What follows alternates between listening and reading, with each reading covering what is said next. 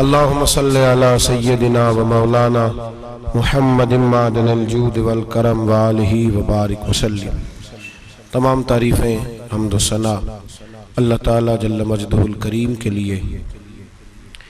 हर किस्म के दुरूद व सलाम नबी मुहतरम शफ़ी मुहतशम आकाए कुल ख़त्म रसूल दानाए सुबुल अहमद मुज्तबा जनाब हज़रत मुहम्मद मुस्तफ़ा सल्लल्लाहु ताला अलैहि वसल्लम की ज़ाते वाला सिफ़ात के लिए हम्द व सलात के बाद कुछ औसाफ ऐसे हैं जिन्हें कुरान मजीद ने अल्लाह ताला ने अपने नेक बंदों की औसाफ और उनकी निशानियों के तौर पर बयान फरमाया है। अल्लाह तबारक व तआला के नेक बंदों में कुछ ऐसी चीज़ें पाई जाती हैं, कुछ ऐसी अलामात अल्लाह ने उनके अंदर रखी होती हैं कि उनकी वजह से मुआशरा अमन, सुकून, प्यार और मोहब्बत का मुआशरा बन जाता है। उन खूबियों में से 3 खूबियाँ ऐसी हैं जिन्हें सूफिया ने बतौर लाजिम एक अल्लाह के बंदे के लिए, नबी पाक अलैहिस्सलाम के गुलाम के लिए ज़रूरी करार दिया है। वो 3 खूबियाँ हैं सादगी, आजिज़ी और कनात। जिस आदमी के अंदर ये 3 बातें पाई जाती हैं कि वो सादा भी हो, इज्ज़ो इनकिसार वाला भी हो और जो चीज़ें अल्लाह ने उसे दी हो उस पर उसकी कनात भी हो, वो राज़ी भी हो, तो ऐसे शख्स पर अल्लाह तबारक व तआला की ख़ास रहमत नाजिल होती है। जिस बंदे के अंदर ये सलाहियतें पाई जाएं, हम देखते हैं कि इस ज़माने में सादगी, आज़ी और कनात वाला पहलू खासा मुश्किल होता चला जा रहा है। कोई भी बरादरी हो, कोई भी कबीला हो, कोई भी इलाका हो, लोगों को अपना आप दिखाने का बहुत शौक होता जा रहा है। मैं भी हूँ, मुझे भी मानो, मेरी भी सुनो और मेरी भी तारीफ करो, मेरी तरफ भी तवज्जो करो, ये माहौल बन गया। अगर आप सादगी वाले नहीं होंगे तो फिर आपने कुछ चीजें उधार की ओढ़ी होंगी जो असल नहीं। सादगी जो होती है वो असल होती है, असल रूप होता है आदमी का। अगर आपके अंदर सादगी नहीं होगी तो फिर आपने कुछ चीजें ऐसी अपने ऊपर लागू कर रखी होंगी जो आपका असल नहीं। तो जब आदमी असल से हटता है तो बेसुकून होता है। अल्लाह तबारक व तआला ने मुंह में दांत बनाए हैं तो ये असल है। इनके अंदर धागे के बराबर भी कोई चीज चली जाए तो वो बेचैन कर देती है, क्योंकि वो असल नहीं होती। तो जब आप सादगी में रहेंगे तो असल जगह पे रहेंगे, असल जगह पे, फिर आप तकलीफ में मुब्तला नहीं होंगे। आजिज़ी का मतलब ये होता है कि आप अल्लाह के किसी बंदे को हकीर ना समझें, छोटा ना समझें, जलील ना समझें। एक होती है एहसासे कमतरी कि समझना कि मैं माली तौर पे मेरे पल्ले कोई शय नहीं है, देखो कितना, ये एहसासे कमतरी है। आजिज़ी ये होती है कि ये ना समझ ले बंदा कि मेरे अंदर सलाहियत ज़्यादा है, ये कमी है, ये छोटा है, ये निकम्मा है, ये बिल्कुल गुनाहगार है, ये तकब्बुर है। आजिज़ी से रहें, अल्लाह के हर बंदे को अपने से अफजल समझें, आजिज़ी के साथ रहें। कनात ये है कि आपको जो अल्लाह ने दिया है समझें कि मेरा रब सबसे ज्यादा मेरे ऊपर ही मेहरबान है, उसने जो मुझे दिया है वो किसी और को नहीं दिया। ये शुक्र के तौर पर, तकब्बुर के तौर पे ये भी नहीं। कनात करें। आजिज़ी जब आपके अंदर होगी, सादगी होगी, तो जिंदगी इत्मीनान से गुजरेगी, सुकून से गुजरेगी। और आजिज़ी और सादगी का ये वाला तर्जुमा नहीं कि जिस बंदे ने मैले कपड़े डाले हो आप समझें कि ये बड़ा सादा आदमी है जी, हफ्ता आया ना आया नहीं तो सादा है। ये सादगी नहीं होती। नफासत तो हुसैन है इस्लाम का।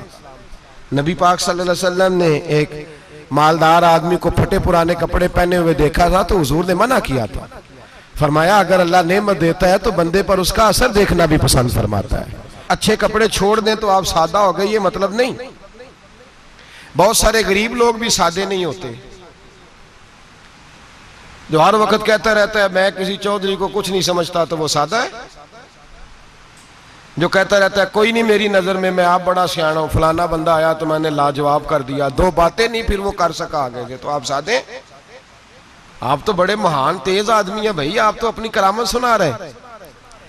सादगी, सादगी का मतलब है बेतकल्लफ जिंदगी जिसमें कोई तकल्लुफ ना पाया जाए, जो बंदा हो वही वो बयान करे, ये सादगी है। ये सादगी के खिलाफ है कि आप जो नहीं है वो आप, मेरा एक तजर्बा है, इसको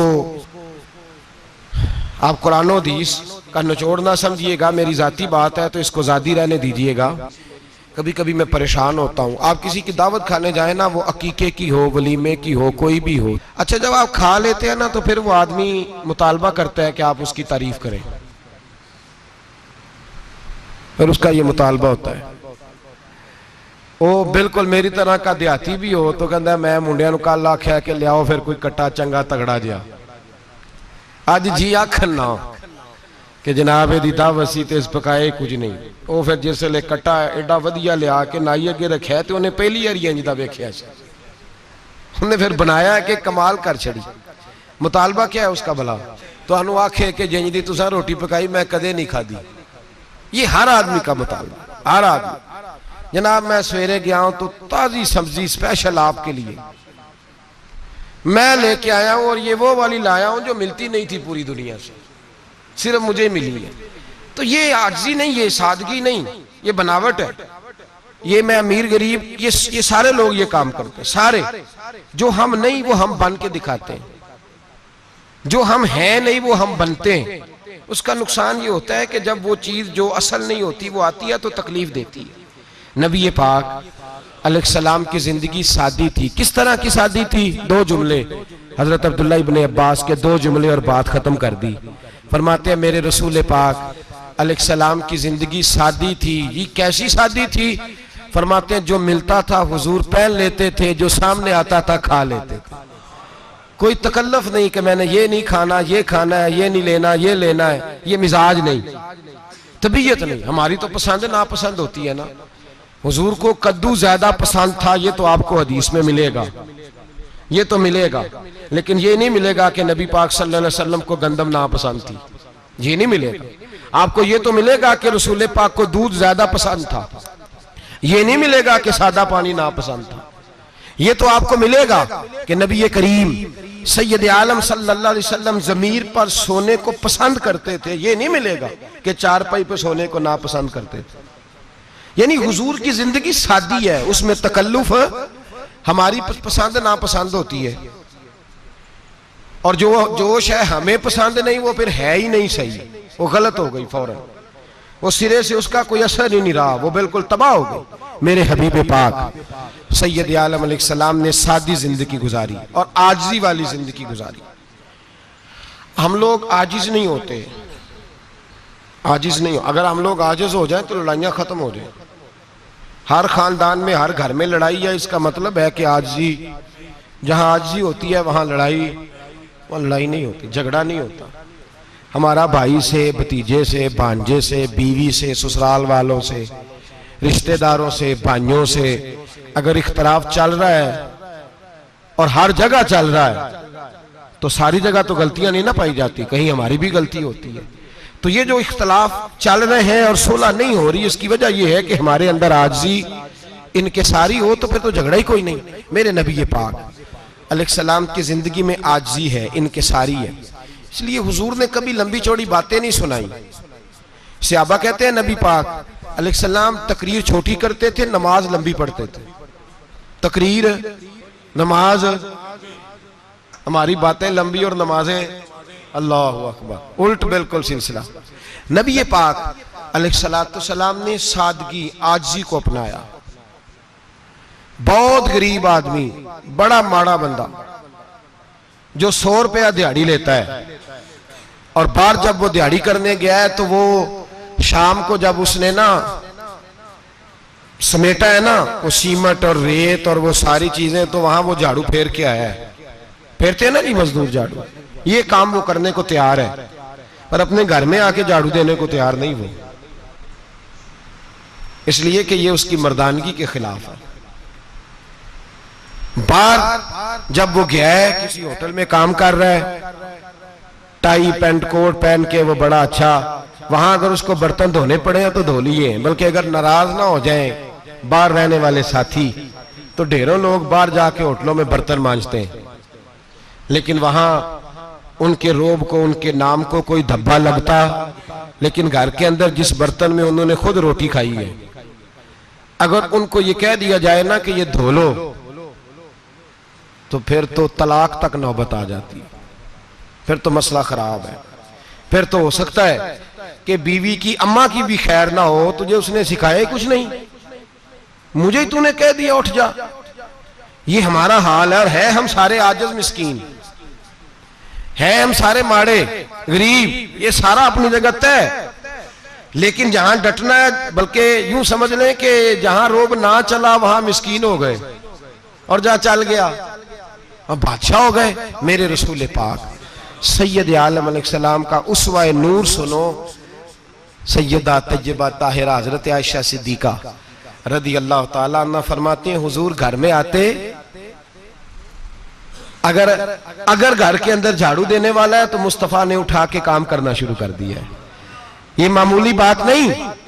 अगर हजरत फातिमा ज़हरा की चक्की पीसने के लिए फरिश्ते आ सकते हैं, तो रसूल पाक के घर का काम करने के लिए भी आ सकते हैं। लेकिन मेरे नबी पाक सल्लल्लाहु अलैहि वसल्लम घर में अपने कपड़े धो लेते, फट जाते तो हुजूर सी लेते।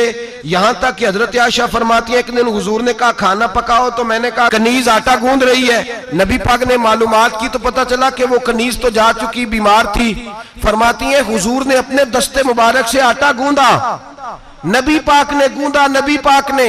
लगे जो मजदूर शाह ऐसा, न धुन न दौलत सरबराह ऐसा, अरश नशी का जमी पे घर है, मेरा पैगंबर अजीम तर है। नबी पाक ने आटा गूंदा, और आटा गूंद के फरमाया आयशा आओ रोटी पका दो। मैंने आटा गूंद दिया है। ओ भाई मैं बहुत बड़ा नवाब हूं मैं आजिज मिस्कीन, लोगों की मैं कमियां कोताहियां सुनाता हूं, लेकिन अगर जरा सा भी हाथ हिलाना पड़े तो उस वक्त ना जहां रोब चलता है वहां तो चलाना चाहिए ना। जितना हमारा दबदबा बनता है, आजिज़ी इनकिसारी, ये इंसान को संवारती है, ये उसको सुकून देती है, ये उसके अंदर पैदा करती है वो चीज जो उसे अल्लाह के करीब करती है। अगर आप बड़े हैं तो फिर आप बड़े ही रह जाएंगे, बन कुछ नहीं सकेंगे। अगर आप में तकब्बुर है तो फिर अना का बुत कायम हो जाएगा, बन कुछ नहीं सकेंगे आप। हर आदमी को अपना आप दिखाने का शौक है, बनाने का शौक है, शोहरत, नामवरी, अपने आप को जाहिर करना, बताना। 1,44,000 सहाबा थे मेरे रसूल पाक के, सारे कहिए सल्लल्लाहु अलैहि वसल्लम। जब हुजूर का नाम सुने तो दरूद पाक पढ़ा करें सल्लल्लाहु तआला अलैहि वसल्लम। 1,44,000 सहाबा थे, काम कर गए, किसी ने नाम नहीं बनाया, काम किया। शायद चंद 100 के नाम किताबों में मिलते हों, बाकियों ने काम किया, नाम पर तवज्जो ही नहीं। और कुछ ऐसे भी थे जो आए नहीं, बात मानी है मेरे नबी पाक की, हजरत वैसे करनी रदी अल्लाह, तशरीफ नहीं लाए, घर रह के भी हुजूर की बात मानी है। माँ की खिदमत करो, नहीं आए, खिदमत करी, तशरीफ नहीं लाए, घर रह के बात मानी। दर्जा क्या दिया मेरे रसूल पाक अलैहिस्सलाम ने? ड्यूटी लगाई मौला अली शेर खुदा की, हजरत उमर फारूक रदी अल्लाह ताला। फरमाया मेरा जुब्बा ले जाना और मेरे अवैस से मिलना और उसे कहना मेरी उम्मत की बख्शिश की दुआ मांगे। भाई घर रह के बात मानी, कोई शोरा नहीं, कोई नाम नहीं। इमाम अब्दुल वहाब शौरानी कहते हैं करन के लोग उन्हें रोड़े मारते थे और उनसे पूछते थे तेरा नाम क्या है, तो जनाबे वैसे करनी फरमाते थे अगर तो कयामत में बख्शा गया तो नाम बता दूंगा, और अगर वहीं अड़ गया तो नाम से क्या रह जाएगा, यहां तो लिखा रह जाएगा। और फिर दुआ मांगी, इमाम शौरानी ने लिखा है दुआ मांगी हजरत अवैस करनी ने, ए अल्लाह मैंने जिंदगी छुप के गुजारी है, मुझे जाहिर ना करना। मैं सिरापा मखजन राज था और रहा था मुद्दतों राज में, ये तो तेरा शौक के दीद कशा कशा मुझे खींच लाया मजाज में। ए अल्लाह मैंने पर्दे में वक्त गुजारा है, अल्लाह मस्तुरना बिसुत्रिकल जमील। ए अल्लाह बस मुझे पर्दों में रखना, पर्दों में उठ बुलिया चल उथे वसीए, जिथे वस देनी सारे ही अन्ने, ना कोई साडी जात पछाणे ना कोई सानू मन्ने। ए अल्लाह मुझे पर्दा दे, शोहरत नहीं चाहिए, मेरा नाम ना हो, कोई जाने कोई पहचाने ना, बस मैं तेरा हूं तो छुप के तेरे पास आ जाओ। इमाम फरमाते अल्लाह 70,000 फरिश्ते कयामत के दिन हजरत अवैसे करनी की शक्ल के पैदा करेगा और उन फरिश्तों के अंदर छुपा के जनाब अवैस को अपनी और अपने महबूब की बारगाह तक ले जाएगा। चूंकि वो छुपे रहे, जरूरत नहीं। मैं सिरापा मखज़न राज था, मैं तो रहा था मुद्दतो राज में। ये तो तेरा शौक के दीद कशां मुझे खींच लाया, मजाज में शौक नहीं। मुझे भी पूछ लो, मेरा भी नाम ले लो। अब तो इस कदर ज्यादा अना का बुत आ गया। रोटी खिलाओ, जिसको खिलाई उसकी फोटो खींच के फेसबुक पे दो। पानी पिलाया तो पहले उसकी फोटो दे लो। अगर सलाम लिया तो पहले छोड़ दो यार, बस करो। ये अना के बुत बना लिए हम लोग। किस चक्कर में पड़ गई है दुनिया। एक गरीब को 2, 4, 5 रुपए क्या दे दिए, एक आटे का थैले का दे दिया, 4 अखबारों में खबर दे दी। ये आजी है, ये तरीका है। अब तो लोग यहां तक रियाकारी करने लगे, नमाज पढ़ने के लिए आते हैं तो पहले फोटो खींच के आते हैं जुम्मे की तैयारी करते हुए। बस कर दें, बस करें, कहीं रुके, किसी जगह स्टॉप करें, अपने अंदर इंकिसारी पैदा करें। जो खत्म हो गया वो बच गया, जो अपने आप को बनाता रहा वो कभी बन ना सका। बचा वही जो रब की बारगाह में मिट गया। हमारी तो उम्र गुजर गई है अपने आप को तामीर करते, सारी जिंदगी गुजर गई। मेरा भी नाम लो, 30 साल में रह के आया हूं जी सऊदी अरब के फलाने महल्ले में। किसी से मेरा नाम पूछोगे तो पहुंच जाओगे। क्या होते थे आप वहां, क्या नाम पूछे? वहां तो बादशाहों के नाम अब कोई नहीं लेता, मिट गए। जो आए थे चले गए। गखड़ आना तो चौक से किसी से भी पूछ लेना, मैं भी होता हूं। क्या होते हो? यहां बड़े लोग थे जिनका तूती बचता था, खत्म हो गए। तू और मैं भी जाने वाले। और जमाना आएगा, मिटने के लिए दुनिया आई है। अगर दुनिया में खुद ब खुद अपने आप को मिटा के रखोगे तो अल्लाह इज्जत अता फरमाएगा। हम तो इतना खड़े हुए हैं कि बहनों से, भाइयों से, ससुराल से, रिश्तेदारों से कट गए हैं बिल्कुल, इसलिए कि बुत नहीं टूट रहा अंदर का। मेरे नबी पाक सैयद आलम अलैहिस्सलाम के गुलाम बड़ा कुछ थे, पर उनकी जुबानों पे कभी कुछ होने का जिक्र नहीं आया। बड़ा कुछ थे वो, बड़ा कुछ थे। हजरत अबू बकर सिद्दीक रदी अल्लाह, बड़ा कुछ थे ना। क्या बात थी। मेरे मुस्तफ़ा करीम सैयद आलम सल्लल्लाहु अलैहि वसल्लम ने फरमाया, अबू बकर मेरा वो खलील है कि दुनिया में भी मेरा सज्जन है, कयामत में भी मेरा दोस्त होगा। दुनिया और आखिरत में वही अबू बकर है। महल्ले में 7 गरीब बच्चियां रहती हैं, वो कहती हैं हमारी बकरियां, बाप फौत हो गया, बकरियों का दूध धो दो। तो अबू बकर सिद्दीक बकरियों का दूध धोने चले जाते हैं, उनके घर का काम काज करके आते हैं। सैयदना उमर फारूक, मेरे नबी पाक अलैहिस्सलाम ने फरमाया, फरिश्ते 950 साल मेरे उम्र की शान बयान करें तो खत्म नहीं हो सकती। इतना बड़ा शख्स उमर फारूक, इतना बड़ा आदमी। एक दिन ऐलान किया उमर फारूक ने, लोगों मस्जिद में आओ, बात करनी है। अमीरुल मोमिनीन का पैगाम है, सारे मस्जिद में आ जाए। खचाखच मस्जिद नबी सहाबा से भर गई। और ऐसा जब ऐलान होता था तो सहाबा दौड़ के आते थे। शायद को जंग है, शायद किसी ने हमला कर दिया है, शायद कोई नई बात है। दौड़े आए लोग, मस्जिद नबी खचाखच भर गई। सैयदना फारूक आजम रदी अल्लाह तआला अन्हु मिंबर पे बैठे। हजरत अब्दुर रहमान इब्ने औफ रदी अल्लाह तआला अन्हु फरमाते हैं कि सहाबा तजस्सुस के देख रहे हैं कि पता नहीं किसी तरफ से पैगाम नहीं आ गया, कोई काफिर हमला नहीं करने लगा, अल्लाह जाने क्या हुआ है, बड़ी परेशानी है। उमर बैठे, अल्लाह की हम्द की, नबी पाक सल्लल्लाहु अलैहि वसल्लम पर दुरूद पढ़ा और फिर उमर फारूक बोले, फरमाने लगे, मैं जब मक्के में रहता था ना तो कभी घर में कहत आ जाता था, कभी कहत आता था घर में, बकरियों के दूध खुश्क हो जाते थे, गंदम नहीं मिलती थी, पानी नहीं होता था। तो फरमाया मेरी अम्मा मुझे खाला के घर भेज देती थी। कबीला बनु मखजूम, उस कबीले में मेरी खाला की शादी हुई थी तो वो मालदार लोग थे, उनके पास ज्यादा बकरियां, ज्यादा ऊंट, ज्यादा गायें, ज्यादा खेत थे। हजरत उमर फारूक फरमाने लगे, मैं उनके घर जाता तो मेरे खालू समझ जाते कि उमर को इसलिए भेजा गया है कि कहत आ गया है। फरमाते हैं वो मुझे सवेरे बकरियां चराने ले जाते, शाम तक मैं उनकी बकरियां चराता। अमीरुल मोमिनीन उमर, एक तरफ मसला यह है कि कैसर और किसरा की दीवारें हिल रही है उमर के नारों से, और इधर उमर मिंबर पे बैठ के खुतबे दे रहे हैं। फरमाते हैं मैं बकरियां चराता, शाम तक खाला के घर जाके मजदूरी करता, और फरमाते हैं शाम होती तो एक मुट्ठी किशमिश मुझे देते वो।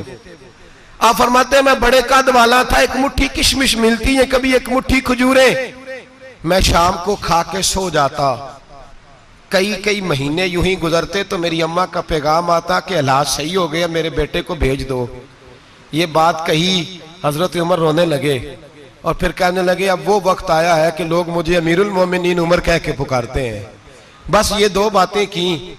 उमर ने कहा चलो जोहर का वक्त हो गया, अजान पढ़ो, उठो नमाज पढ़े, उठो। अजान हुई, इकामत हुई, जनाब उमर ने नमाज पढ़ाई, लोग चले गए तो सैयदना अब्दुर रहमान इब्ने औफ दयराना था जनाब उमर से, बाजू पकड़ के कहने लगे उमर सियाना बंदा यार, तू ये दो बातें सुनाने के लिए इतना मजमा इकट्ठा किया था, ये दो बातें कहने के लिए कि मैं खाला के घर जाके मजदूरी करता था तो एक मुट्ठी किशमिश मिलती थी, एक मुट्ठी खजूरें, ये कहने के लिए कि मैं बकरियां चराया करता था।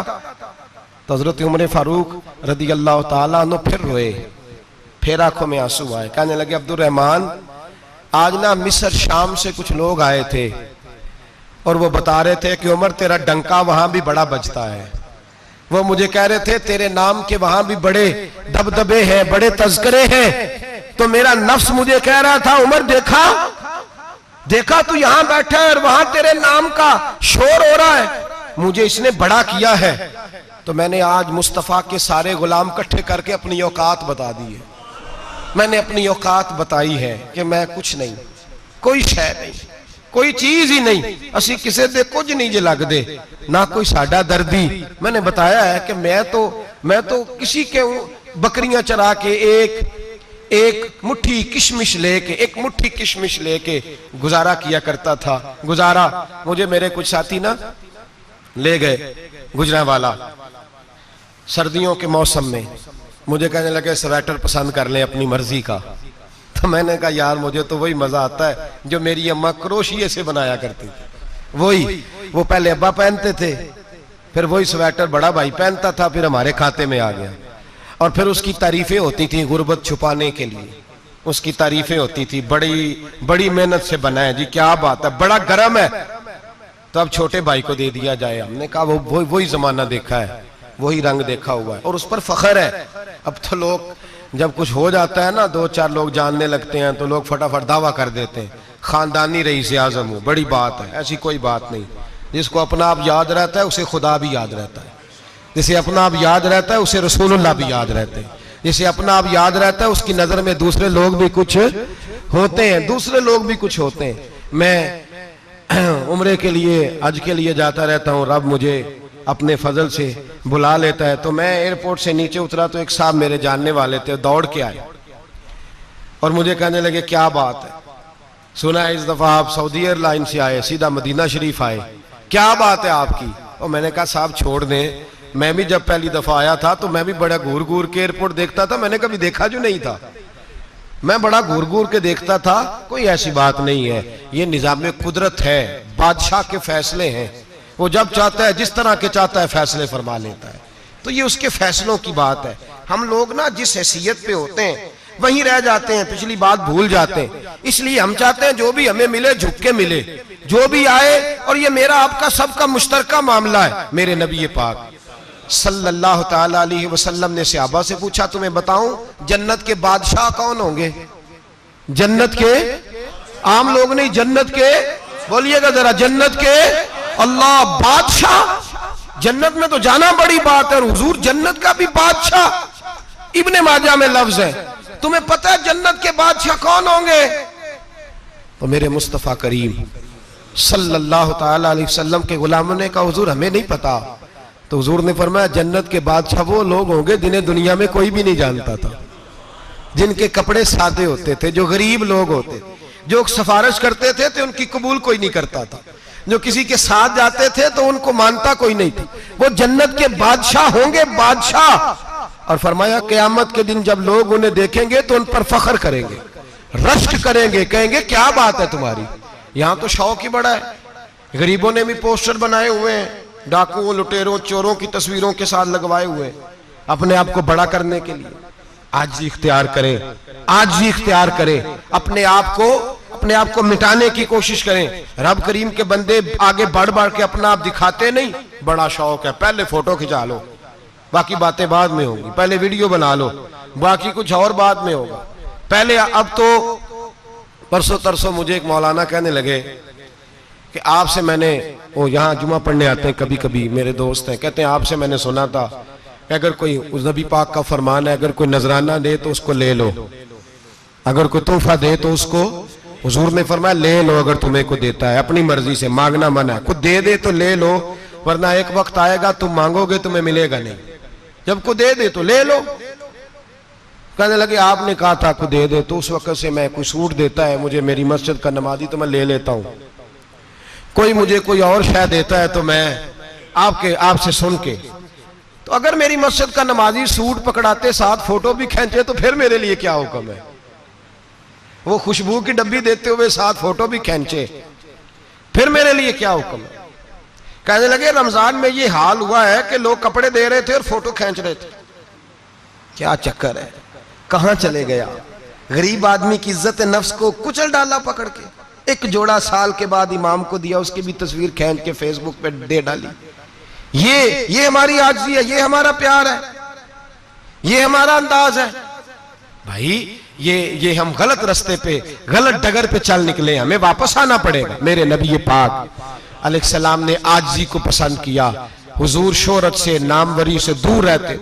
नबी पाक अलैहिस्सलाम ने आजिज़ी, इनकिसारी और सादगी और कनात इनको अपना के रखा, सीने से लगा के। ये नहीं कि माल नहीं आया, बहरीन से लाखों दिनार आए हुजूर के जमाना ज़ाहिरी में, तबूक के बाद फतुहात हुई तो लाखों दिनार आए, लेकिन हजरत आयशा कहती है हमारे घर में 4 दिन के बाद ही रोटी पकी है, हमने एक वक्त ही खाना खाया, लाखों रुपया आया है, पर हमारे घर के अंदर जो खाना आया है वो सिरका ही आया है। हमने रात अगर रोटी बच गई है तो सवेरे उठ के रात वाली खाई है।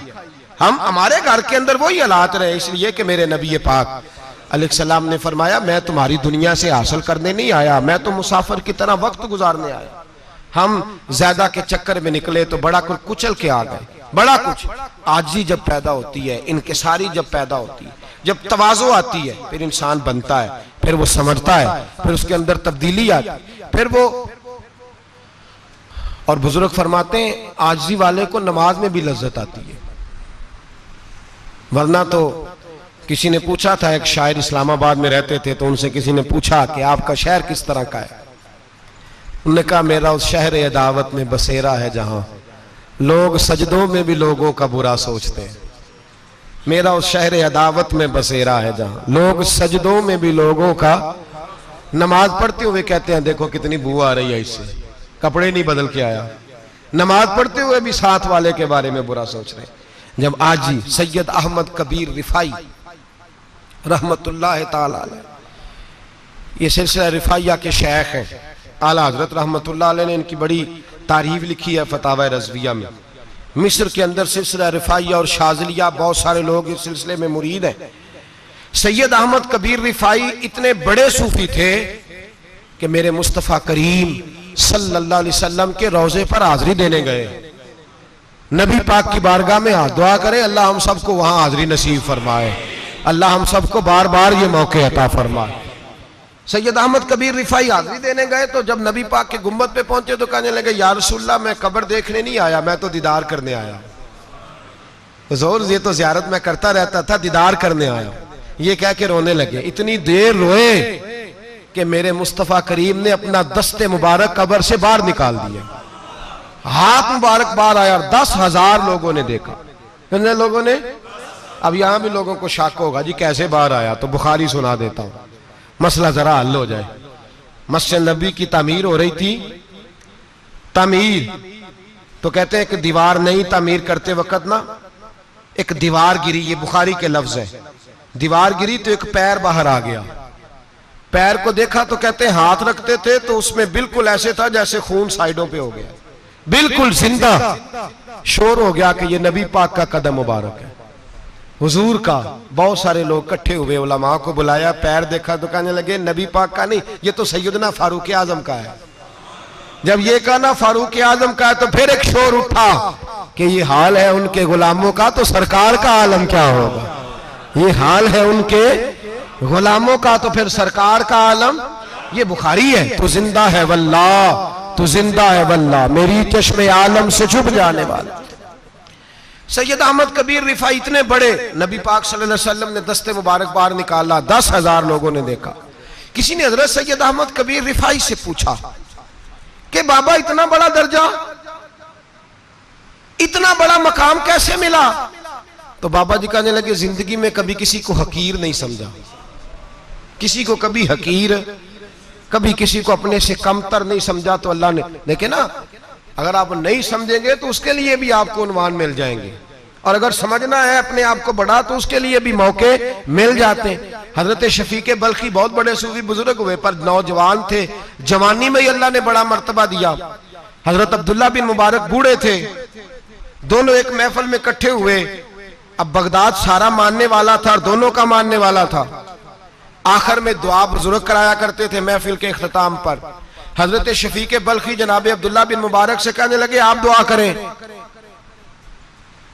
आप दुआ करें, आप बुजुर्ग हैं, अब जिसने जो मानना है उसे उसके लिए उन्वान भी मिल जाएगा।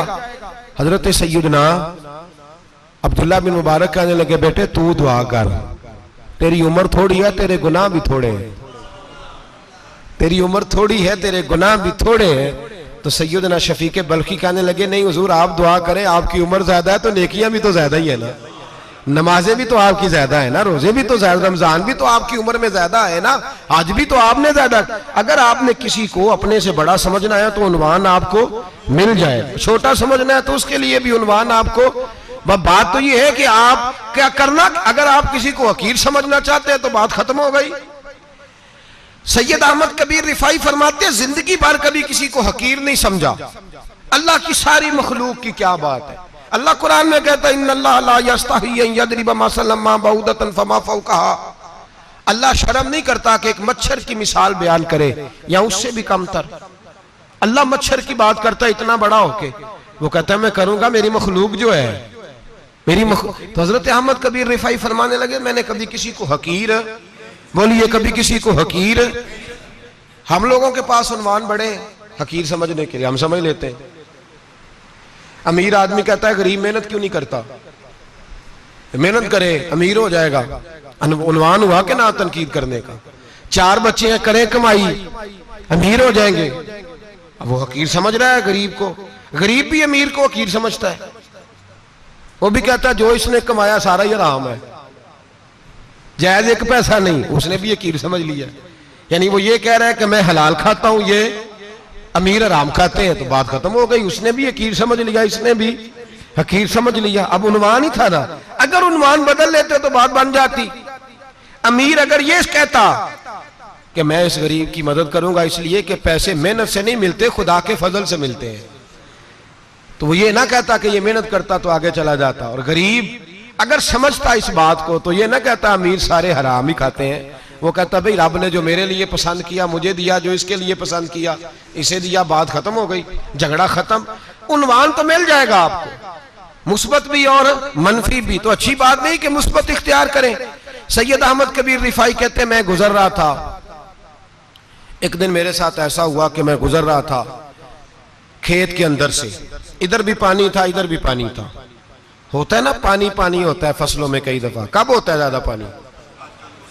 नहीं, जो कद्दू करीद है जी, वो जब कद्दू करते हैं ना तो दोनों जाने पानी भरा होता है ना जी, वो ट्रैक्टर भी पानी में चलता है। मैं पेंडू हूं ना, मुझे ज्यादा पता है क्या हालात होते हैं। तो वो इधर भी पानी इधर भी पानी, तो दरमियान में से वो मुंडेर होती है छोटी सी, वाटा खीदा अपनी जुबान है। तो कहते इधर भी पानी था इधर भी पानी था। सैयद अहमद कबीर रिफाई कहते हैं मैं गुजर रहा था, असर की नमाज का टाइम हो गया, मैं जल्दी जल्दी जा रहा, सामने से कुत्ता आ गया। इंसान अशरफुल मखलूकात है, लेकिन वो अल्लाह का शुक्र करेगा कि उसने मुझे अशरफ बनाया है। ये नहीं कह सकता कि ये मखलूक हकीर है, ये बुरी है, ये नहीं कह सकता। शुक्र करे कि मुझे अल्लाह ने अशरफुल। सैयद अहमद कबीर रिफाई कहते कुत्ता आ गया सामने से। अब कुत्ता आया तो मुझे जल्दी थी, कुत्ता भी भीगा हुआ था। अब मेरा दिल करे कि कुत्ता नीचे उतरे तो मैं गुजरूं, कुत्ता खड़ा है कि ये साइड पे हो तो मैं गुजरूं। कहते हैं देर हो गई तो मुझे डर लगता था, मैंने कभी कुत्ते को भी नहीं झिड़का था, कभी कुत्ते को भी, अपनी इतनी हैसियत ही नहीं। झिड़का ही नहीं कभी किसी को। आप फरमाते हैं देर हो गई तो मैंने कहा या अल्लाह, हजरत सैयद अहमद कबीर कहते हैं मैंने कहा या अल्लाह इस कुत्ते को जुबान ही दे दे, मैं इसे कुछ समझा ही दूं, इसे जुबान ही दे दे, तू तो कादर मुतलक है। उसे जुबान दे दी तो मैंने कुत्ते से कहा नीचे उतर जा, मैंने नमाज पढ़नी है। तो कहने लगा बाबा जी आप उतर जाए, आप उतर जाए, आप उतर जाए, मैं क्यों उतरूं? तो सैयद अहमद कबीर रिफाई कहते हैं मैंने उससे कहा कि बात यह है कि मेरे ऊपर नमाज फर्ज है, तेरे ऊपर फर्ज नहीं, तो मैंने नमाज पढ़नी है। अगर मैं खेत में उतर गया तो कीचड़ है, मेरे कपड़ों को मिट्टी लग जाएगी, पता नहीं पानी पाक है कि नापाक है, तो तू उतर जा, तेरे ऊपर नमाज नहीं फर्ज, तो मुझे जाने दे। तो सैयद अहमद कबीर रिफाई कहते हैं उसने ऐसी बात की कि मेरे ऊपर वजद तारी हो गया। कुत्ते ने बात की तो मैं कांपने लगा। राती जागे शेख सदावे, राती जाग दे कुत्ते, तैथों उत्ते मालक दा दर मूल न छड़ दे, भावे मारो 100 जुत्ते, तैथों उत्ते वो एक बुरकी दा कदर पछानन, भावे मालक हो मन सुत्ते, तैथों उत्ते रुखा सुखा खा दिने जार रुखा विच सुत्ते, ते तैथों उत्ते उठ बुलिया चल यार मना लै नहीं ते बाजी लै गए नहीं कुत्ते, उठ बुलिया चल यार मना लै नहीं ते बाजी लै गए कुत्ते, ते तैथों उत्ते। सैयद अहमद कबीर रिफाई कहते हैं वो मुझे कहने लगा आप उतर जाए। तो मैंने कहा भाई मेरे ऊपर नमाज फर्ज है, तेरे ऊपर फर्ज नहीं, तू उतर जा, मेरे कपड़े आलूदा हो जाएंगे तो क्या करूंगा? तो कहते हैं उसने बात की तो मैं घबरा गया और छलांग लगा के मैं खेत में उतर गया। मुझे कहने लगा बाबा जी कपड़े अगर आपके कीचड़ से आलूदा हो गए तो पानी से साफ हो जाएंगे, और अगर मुझे हकीर जान के आपका दिल आलूदा हो गया तो 7 समुद्रों से भी साफ नहीं होगा। कपड़े पानी से धुल जाएंगे और दिल अगर तकब्बुर से आलूदा हुआ तो 7 समुद्रों से भी सही हो सकता ना। ना ना हकीर नहीं जानना, ना मौलवी को, ना सूफी को, ना दरवेश को, ना खेत में काम करने वाले को, ना पट्टे पे मजदूरी करने वाले को, ना गाड़ी का शीशा साफ करने वाले को, ना तेल डालने वाले को, ना किसी को हकीर ना जान, ना किसी के हाल पे तंज कर, ना किसी के गम का मजाक उड़ा, वो जिसे चाहे जैसा नवाज दे। ये मिजाज लुत्फ रसूल है। ना कोई आया लेके चला गया, कोई उम्र भर भी ना पा सका, मेरे मौला तुझसे गिला नहीं, ये तो अपना अपना नसीब है। भाई हकीर नहीं जानना। सैयद अहमद कबीर रिफाई फरमाते हैं वो कुत्ता तो गुजर गया, मैं दौड़ा घर गया, जाके मैंने गुस्ल किया, कपड़े बदले। फरमाते हैं पहले भी मैं असर पढ़ता था, पर आज जब नमाज पढ़ी तो बड़ा ही मजा आया। मैं सर सजदे में रखूं मेरा उठाने को जी ही ना चाहे, मैं रुकू में जाऊं तो मेरा सर उठाने को दिल ही ना चाहे, मेरा दिल करे आज मगरिब लेट हो जाए, आज सूरज देर से गुरूब हो, मैं आज सारा दिन असर ही पढ़ता रहूं। भाई जब तू आजिज़ी वाली पढ़ता है, जब तू इनकिसारी वाली पढ़ता है, जब तू हजरत सैयदना मुआविया बिन खुतैज रदिया, एक हजरत मुआविया बिन सुफियान है, एक मुआविया बिन खुतैज सहाबी हैं, वो कहते हैं मैं जंग फतह करके आया तो सख्त गर्मी का मौसम था, मुझे पता था कि उमर फारूक दोपहर को आराम कर रहे होंगे। आप फरमाते हैं मैं मस्जिद नबी में बैठ गया, एक बच्ची जनाब उमर के घर से निकली तो मुझे कहने लगी मुआविया आपका नाम है? मैंने कहा हाँ। अंदर जाके जनाब उमर को बताया तो उमर दौड़े आए, और जब आए तो सर पे टोपी कोई नहीं, पैरों में जूता कोई नहीं। कहने लगे मैं तेरा इंतजार कर रहा था, आज मुझे उम्मीद थी तू आएगा, तूने बताया क्यों नहीं? तो मैंने कहा हुजूर मुझे पता है रात सारी आप चेहरे पे कपड़ा डाल के मदीने की गलियों में रहते हैं, तो दोपहर को आप आराम करते होंगे, इसलिए मैंने कोशिश की कि आपको बेदार ना करूं, आप आराम कर रहे होंगे, इसलिए ये मैंने कोशिश की कि मैं बैठता हूं मस्जिद में आराम करता हूं, जब आप आएंगे तो देखी जाएगी। हजरत उमर फारूक ने जलाल किया, फरमाया तू मुझे गाफिल समझता है कि मैं सो जाऊंगा? और आप फरमाने लगे मैं कौम का खादिम हूं जिसकी इतनी ज्यादा रियाया हो वो सो जाए चुप करके, मैंने जवाब नहीं देना अल्लाह की बारगाह में? फरमाया मेरे अमीरों की तरह सोने जागने के वक्त मुकर्रर नहीं, मैं कौम का खादिम हूं, जिस वक्त भी आया करो मुझे जगा लिया करो, मुझे कब्र में जाके खुदा को भी जवाब देना है, मोहम्मद मुस्तफ़ा को भी जवाब देना है। मेरे भाई याद रखें जब ये चीजें पैदा, और फिर हमने इन तकल्लुफात में, मैंने कई दफा ये बात बयान की है, अब तो लोग रिश्ते करते हैं तो डीसी कॉलोनी में किराए का मकान खरीदते हैं, दो चार गैरों की गाड़ियां मंगा के दरवाजे के आगे खड़ा करते हैं, रिश्ता हो जाता है बड़ा घर देख के।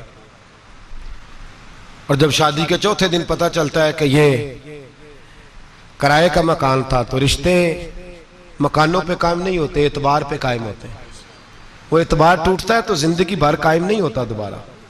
जो आप हैं आप वही रहें, जो आप नहीं है वो कभी बनने की कोशिश ना करें। और मेरे अजीज ये भी याद रखें, आजिज़ी आपको सवार देगी। और वैसे भी हम अल्लाह के हुजूर जाने वाले हैं, अगर पर्दों में छुप के चले जाएंगे तो बच जाएंगे। और अगर हम अपना आप दिखाते ही रहें, सारी जिंदगी इसी चक्कर में रहें कि मुझे भी पूछो, मुझसे भी मुशावरत करो, मेरी भी बात सुनो, तो ये अना की दौड़ तो खत्म ही नहीं होती।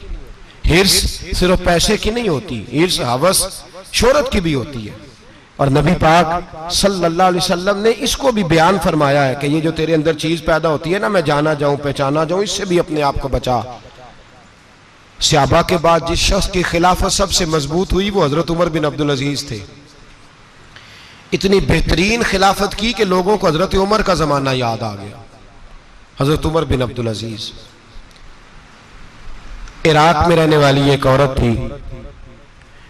उस औरत का खामद फौत हो गया तो 5 बच्चियां यतीम थी। वो इराक से चली और जनाब उमर बिन अब्दुल अजीज के पास आई कि आप मेरी बच्चियों का वजीफा लगा दें। वो कहती है जब मैं पहुंची ना, यहां तो अब तो इस्तकबाल आना जाना बड़े मामलात हैं। अब तो बच्ची की बारात आए और 5, 7, 10, 20 लोग दरवाजे पे खड़े ना हो तो बारात नाराज हो जाती है, कहते हमारा इस्तकबाल ही किसी ने नहीं किया। तो इस्तकबाल तो अब इस तरह है जिस तरह नशा नहीं होता, ये इस्तकबाल की हालत है, अमीरों से लेके गरीबों तक। मुझे पूछा ही नहीं किसी ने, कुर्सी नहीं दी, आगे नहीं बिठाया, ये वाला मामला है। और मैं मेरी तरह के लोग, नेक लोगों की बात नहीं करता। अब तो हम देखते हैं फला मौलाना का इस्तकबाल हो रहा है, फला के लिए लोग खड़े हो रहे हैं, नारे लग रहे हैं। और अब तो मैं देखता हूं ऐसे ऐसे हाथ लहराते हैं सूफी और दरवेश कहलाने वाले, जैसे सियासी लीडर लहराया करते हैं। ये क्या तरीका हुआ, ये कौन सा तर्ज जिंदगी। मेरे नबी पाक सल्लल्लाहु अलैहि वसल्लम ने फरमाया जो ख्वाहिश करे कि मैं आऊं और लोग खड़े हों वो तो जहन्नमी है, तो दोज़खी है। सारे वही तरीके हम इख्तियार करते जा रहे हैं, वही प्रोटोकॉल है हर जगह। वो लोग जिनके दरवाजे खुले होने चाहिए थे वहां भी हर वक्त के लिए मामला तय हो गए। याद रखें मेरे नबी पाक अलैहिस्सलातु वस्सलाम ने जो तालीमात दी, हज़रत उमर बिन अब्दुल अजीज रहमतुल्लाह ताला अलैह। औरत कहती है मैं पहुंच गई, मैंने लोगों से पूछा घर कहाँ है, तो कहा वो जहां बोरी लटक रही है ना बाहर, टाट का पर्दा लगा हुआ है, वो हज़रत उमर बिन अब्दुल अजीज का घर है। कहती है मैं दरवाजे पे दस्तक दी, एक औरत ने दरवाजा खोला तो मुझे बीबी जान के अंदर बुलाया। तो उनके घर के अंदर जब मैं दाखिल हुई तो बड़ा सारा सेन था, एक तानिम कुआं लगा था, एक तरफ एक बड़ा दरख्त था और एक छोटा सा बनाई हुई थी जगह बर्तन धोने के लिए। और बीबी ना बर्तनों को मिट्टी लगा के साबुन लगा के बैठी हुई थी, काम कर रही थी वो औरत। मुझे उसने दरख्त के नीचे बिठाया, पानी पिलाया। कैसे आई हो? मैंने कहा अमीरुल मोमिनीन से मिलना है। कहने लगी बैठो थोड़ी देर में आ जाते।